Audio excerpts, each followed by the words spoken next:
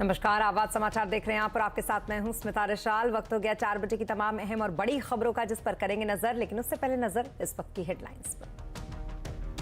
Expiry पर बाजार flat बंद, बैंकिंग, इंफ्रा, पीएससी शेयरों में हल्की खरीदारी, फर्मा एफएमसीजी मेटल शेयरों पर दबाव, फुटवेयर, होटल शेयरों में अच्छी खरीदारी। मानहानि मामले में कांग्रेस नेता राहुल गांधी को झटका, निचली अदालत से मिली सजा को सूरत सेशंस कोर्ट ने रखा बरकरार, बीजेपी ने बताया ओबीसी समुदाय की जीत। कर्नाटक में विधानसभा चुनाव के लिए नामांकन दाखिल करने का आखिरी दिन आज, बची 2 सीटों के लिए बीजेपी ने घोषित किए उम्मीदवार। अतीक और अशरफ की हत्या की सीन रिक्रिएशन, प्रयागराज के कॉलविन हॉस्पिटल पहुंची एसआईटी, वारदात की जांच हुई तेज। लंदन जाने के लिए एयरपोर्ट पहुंची अमृतपाल की पत्नी किरणदीप कौर को पुलिस ने एयरपोर्ट पर रोका, लुकआउट नोटिस का हवाला देकर की गई पूछताछ। दिल्ली में ग्लोबल बॉल शिखर सम्मेलन की शुरुआत, प्रधानमंत्री मोदी ने किया उद्घाटन, कहा भारत ने दुनिया को युद्ध नहीं बुद्ध दिया।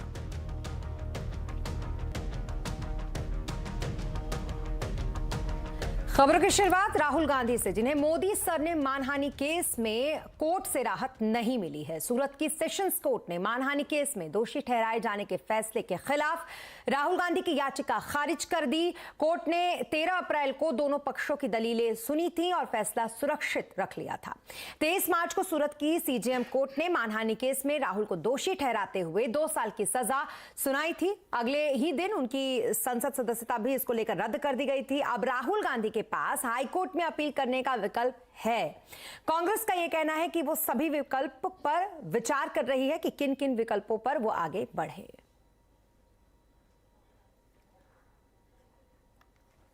कानूनी लड़ाई हम कानूनी हिसाब से लड़ेंगे। हम भी लड़ रहे हैं, बहुत सारे केस मेरे पर भी हैं, पॉलिटिकली मोटिवेटेड केस है, but we have got full faith in the judiciary.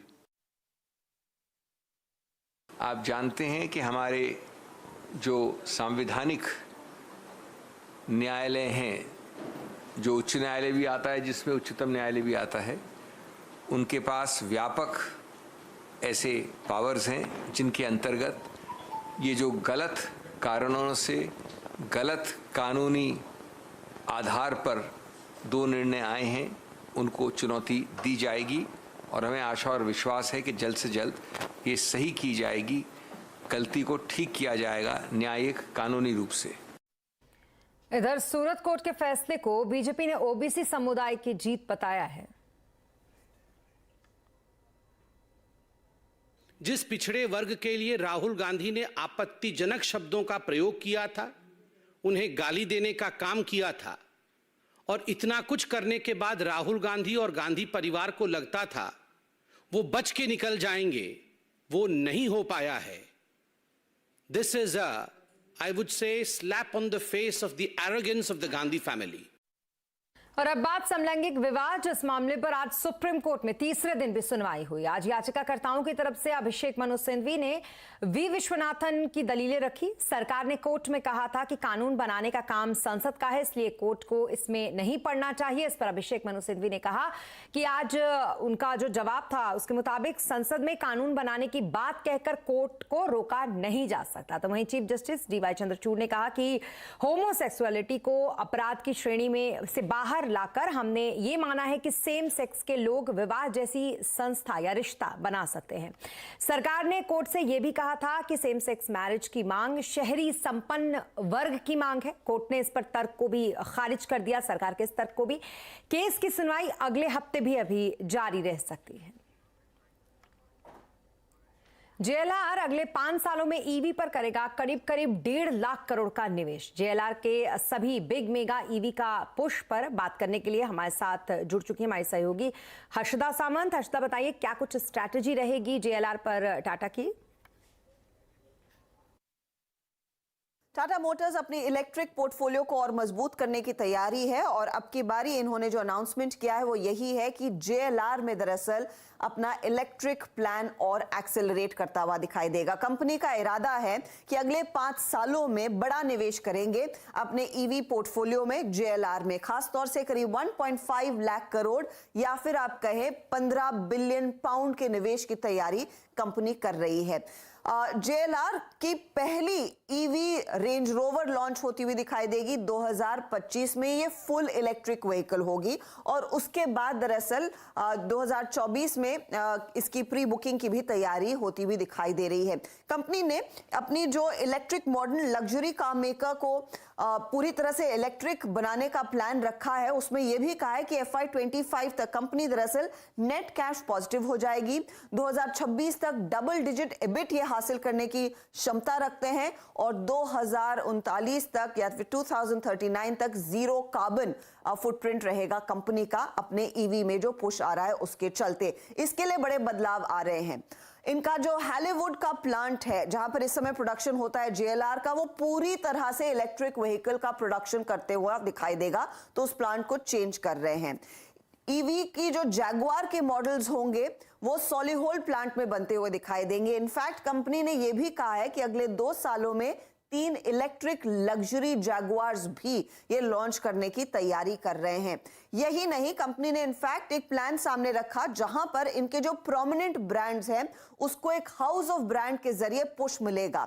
Range rover, defender, discovery और जैगुआर ये लग्जरी सेगमेंट की गाड़ियां हैं जो JLR के खेमे में आती हैं। इनके लिए अलग अलग तरीके से बिजनेस प्लान बनेंगे और इन प्रोडक्ट्स को दरअसल अपने इलेक्ट्रिक प्लेटफॉर्म पर वो पुश करते हुए दिखाई देंगे। तो कंपनी की बड़ी योजना है अपने इलेक्ट्रिक ड्रीम्स को दरअसल हासिल करने के लिए।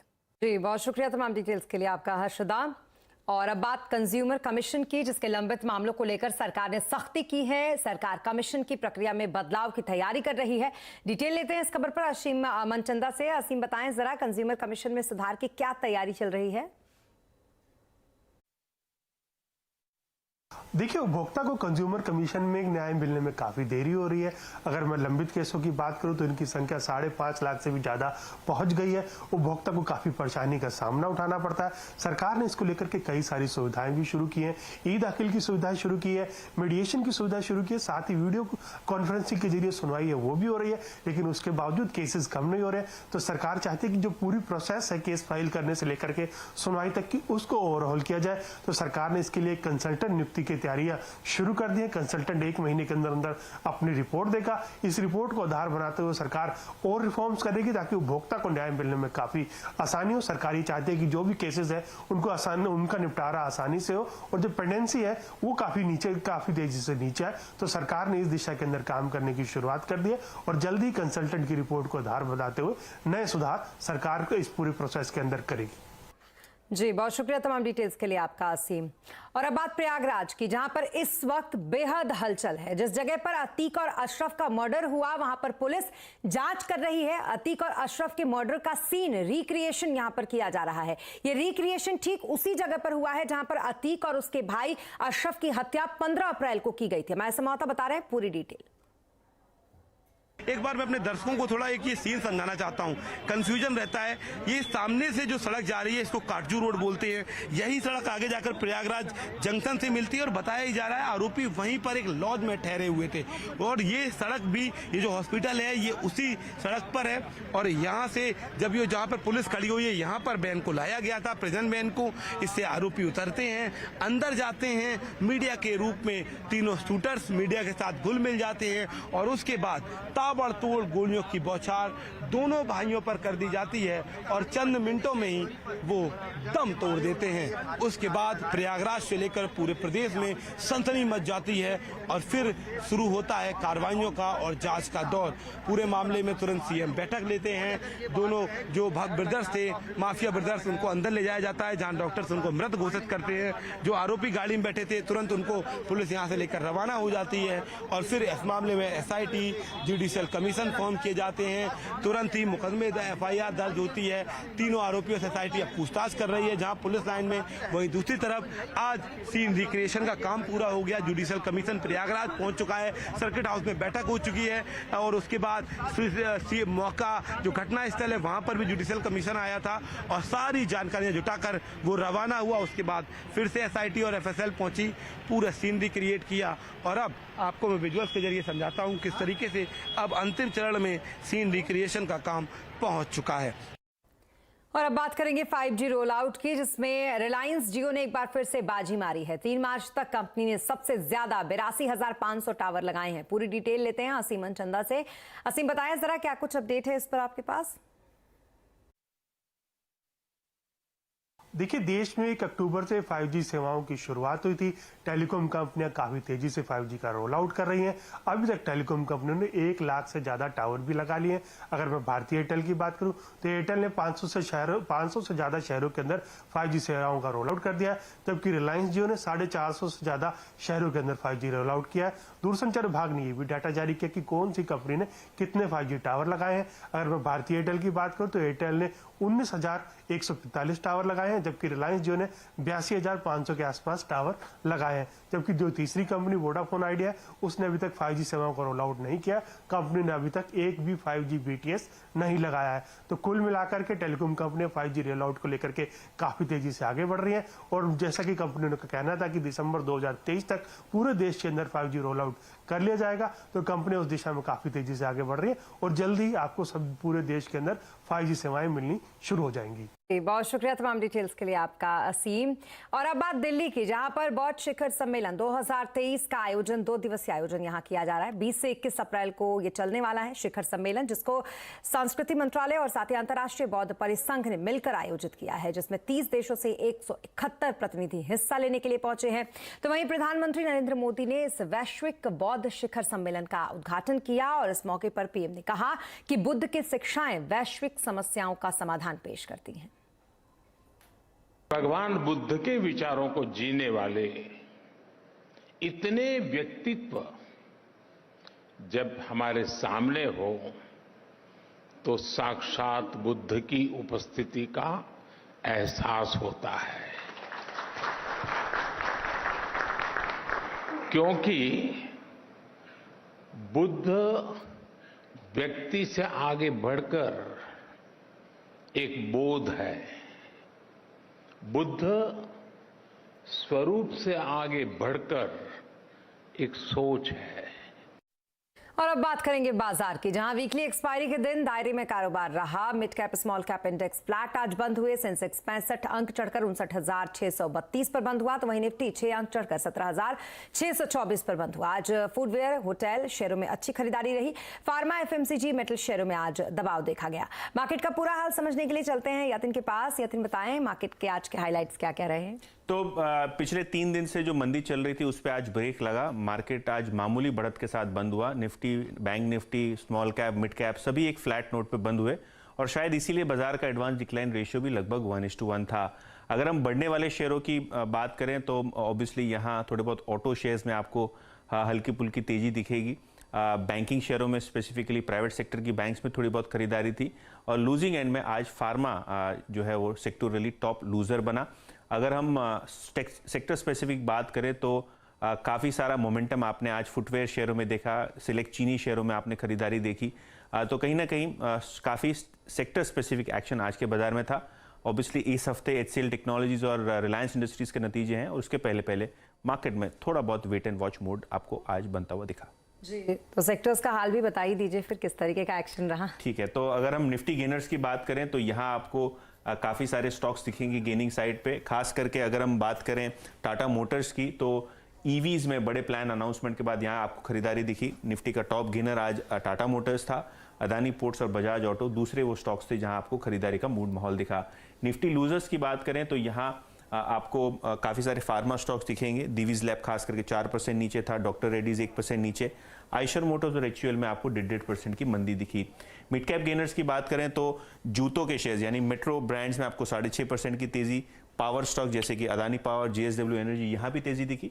और पेटीएम में आज मोमेंटम था क्योंकि मोतीलाल ओसवाल की यहाँ इनिशिएटिंग कवरेज रिपोर्ट आई जहाँ उनको स्टॉक में लगभग 30-35% की अपसाइड दिखती है, तो इसीलिए शायद आज पेटीएम भी हरे निशान पे बंद हुआ। लूजिंग साइड पे आवास, ICICI सिक्योरिटीज रिजल्ट्स खराब आने के बाद 4.5-5% नीचे। इंडियन बैंक और TVS मोटर्स में भी आपको थोड़ी बहुत मुनाफा वसूली आती हुई दिखाई पड़ी। और फार्मा में भी आज जैसे कि मैंने कहा टॉप लूजिंग सेक्टर था, तो यहाँ ग्लैंड फार्मा, लॉरस लैब, औरोबिंदो फार्मा इन सभी स्टॉक्स में थोड़ी बहुत मुनाफा वसूली दिखी। जी, बहुत शुक्रिया तमाम मार्केट अपडेट के लिए आपका यतिन। तो ये तो रहा मार्केट का हाल, और जैसा कि यतिन ने बताया फुटवेयर सेक्टर में आज काफ़ी अच्छा देखने को मिला। तो फुटवेयर शेयरों में आज जो जोरदार तेजी थी और आखिरकार क्यों दौड़े ये शेयर, ये बताने के लिए हमारे साथ है हमारे सहयोगी सुमित। बताएं जरा क्या रही वजह इसकी। तो फुटवेयर स्पेस के अंदर एक अच्छा बज़ बनता हुआ दिखाई पड़ रहा है। पूरा स्पेस जोरदार तेजी के साथ कामकाज करता हुआ दिखाई पड़ रहा है। मल्टीपल ट्रिगर्स के दम पर यहां पर तेजी आई है, हालिया करार और साथ ही साथ वैल्यू जिस तरह से करेक्शन ऊपरी तरह से देखने को मिली है, उनका एक इम्पैक्ट देखने को मिल रहा है। कुछ ट्रिगर, सबसे पहले जो रीसेंट एक बड़े टाइप्स फुटवेयर स्पेस के अंदर हुए हैं, उनसे एक इमीडिएट स्पार्क मिला स्पेस को। वैल्यूएशन पहले कंपैरिजन में जहां महंगे, बहुत महंगे थे, वो थोड़े कम महंगे होते हुए दिखाई पड़े। एक्सपोर्ट्स के जो नंबर्स हैं वहां पर पिकअप आ रहा है, स्पेशली लेदर साइड स्पेस पर, और दूसरा गवर्नमेंट का जो PLI स्कीम है उससे भी सेक्टर को एक अच्छा पुश देखने को मिल रहा है। एक एक करके तमाम ट्रिगर्स को खंगाल लेते हैं, किस तरह से मूव आता हुआ दिखाई पड़ा है। रिसेंटली एक करार तमिलनाडु सरकार ने किया पाओचेन के साथ, करीब करीब 2000 करोड़ रुपए के आसपास का। इस करार के साथ ही कई और बड़े नाम के भी शामिल होते हुए दिखाई पड़ रहे हैं जो कि करार कर सकते हैं। मिसाल के तौर पे नाइकी, मिसाल के तौर पे एडिडास, इसके अलावा कुछ और बड़े नामों की बात की जाए तो प्यूमा और रीबॉक जैसे नाम भी लाइंड अप हैं, जो अनुमान लगाया जा रहा है कि शायद आने वाले समय में भारत में प्रोडक्शन को लेकर कुछ एक करार करते हुए दिखाई पड़ सकते हैं। इसके अलावा एक्सपोर्ट्स के नंबर से किस तरह से पिकअप आ रहा है।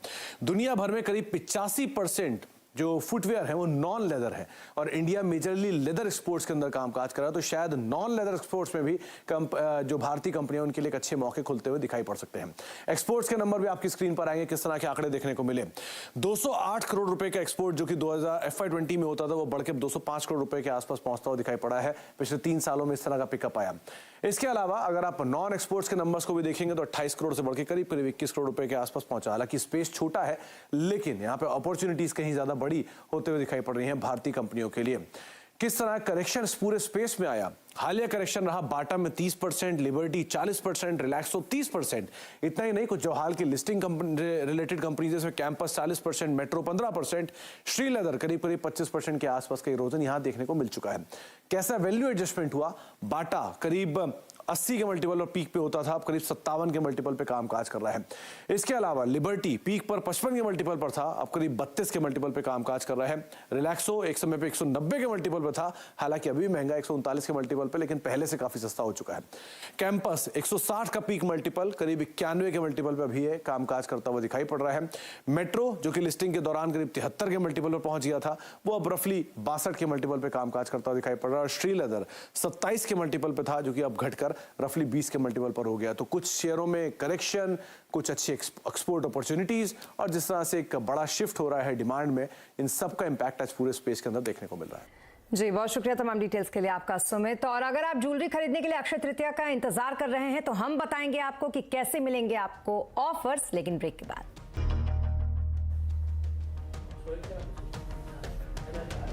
अब ब्रेक के बाद एक बार फिर आपका स्वागत है। शनिवार को अक्षय तृतीया है। इस दिन सोना खरीदना शुभ माना जाता है, लेकिन पिछले दिनों सोने में जो तेजी आई है उसने बाजार को थोड़ा सा डरा दिया है। ऐसे में ग्राहकों को लुभाने के लिए ज्वेलर्स ऑफर और कलेक्शन लेकर नए नए आए हैं। देखिए इस रिपोर्ट में। अक्षय तृतीया पर सोना खरीदना शुभ माना जाता है, लेकिन इस बार ऊंची कीमतों के चलते बिक्री थोड़ी सुस्त है। ऐसे में ज्वेलर्स ने ग्राहकों को लुभाने के लिए अलग अलग स्कीम्स पेश की हैं। दिल्ली में तनिष्क, सेनको जैसे ज्वेलर्स मेकिंग चार्ज में 20 से 50% छूट का ऑफर दे रहे हैं। नए डिजाइन भी ग्राहकों को लुभाते हैं, इसलिए तनिष्क ने कलाई तो सेनको ने शगुन के धुन नाम से नया कलेक्शन पेश किया है। Best part is that gold का प्राइस जो भी हो, ऑलमोस्ट 6000 रुपीज के आसपास जो गोल्ड का प्राइस है, इतना बढ़ गया है, but we try to make it as affordable and as designs which are sleek and modern. So the range starts from 30 to 40,000 rupees, and then it goes up to say 2 lakhs, 2.5 lakhs, depending on the kind of designs the customer selects. Gujarat में भी अक्षय तृतीया पर jewellery खरीदने का रिवाज है। यहाँ पर भी ज्वेलर्स की चिंता वही है, इसलिए गोल्ड और डायमंड ज्वेलरी पर मेकिंग चार्ज पर छूट के ऑफर्स यहाँ भी हैं। ज़्यादातर गोल्ड ज्वेलरी में 20 से 35% तक का डिस्काउंट लोग ऑफर करते हैं अक्षय तृतीया के दौरान, और डायमंड ज्वेलरी में 25 से 50% तक का मेकिंग चार्जेस में डिस्काउंट ऑफर करते हैं। वैसे हमने भी अच्छा ही ऑफर रख छोड़ा है। गोल्ड का जो रेट काफ़ी समय से बढ़ा हुआ है, पिछले 2-3 दिन से घट रहा है, लेकिन जो बढ़ा हुआ रेट है उसमें इन्वेस्टर्स लोग काफ़ी सारे दूर ही हैं, तो ये अक्षय तृतीया इन्वेस्टमेंट के तौर पे जो भी खरीदारी होने वाली है उसमें रुकावट या उसमें थोड़ी कटौती आ सकती है। अक्षय तृतीया पर हर साल सोने की अच्छी बिक्री होती है, लेकिन इस बार सोने की कीमतों के चलते ग्राहक और ज्वेलर्स दोनों ही पशुपेश में हैं। ऐसे में अक्षय तृतीया के साथ साथ ज्वेलर्स की उम्मीदें शादी के सीजन पर भी टिकी हुई हैं। अहमदाबाद से केतन जोशी के साथ दिल्ली से दीपाली नंदा। और इसी के साथ इस बुलेटिन में फिलहाल इतना ही, लेकिन खबरों पर लगातार अपडेट के लिए आप बने रहें CNBC आवाज के साथ। नमस्कार।